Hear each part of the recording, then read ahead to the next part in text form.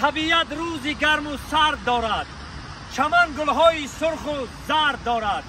از کجا دانند این مردمی روی دنیا تاجیکستان خیلی جوانایی و ناموس و ننگ دارد.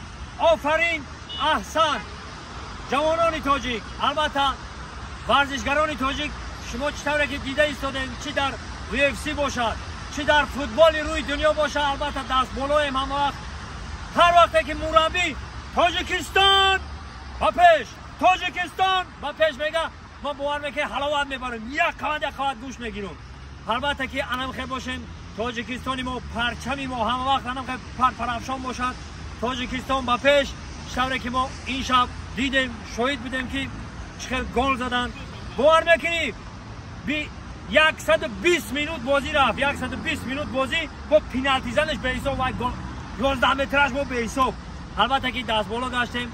ای ته دل این تاجیکستان همه تا آفرین بود میگم. خدا نگهبان همه، بازم تاجیکستان با پیش همه وقت هم خیلی دست بالا باشد. خدا نگهبانی همه مردم تاجیکستان. خدا نگهبان.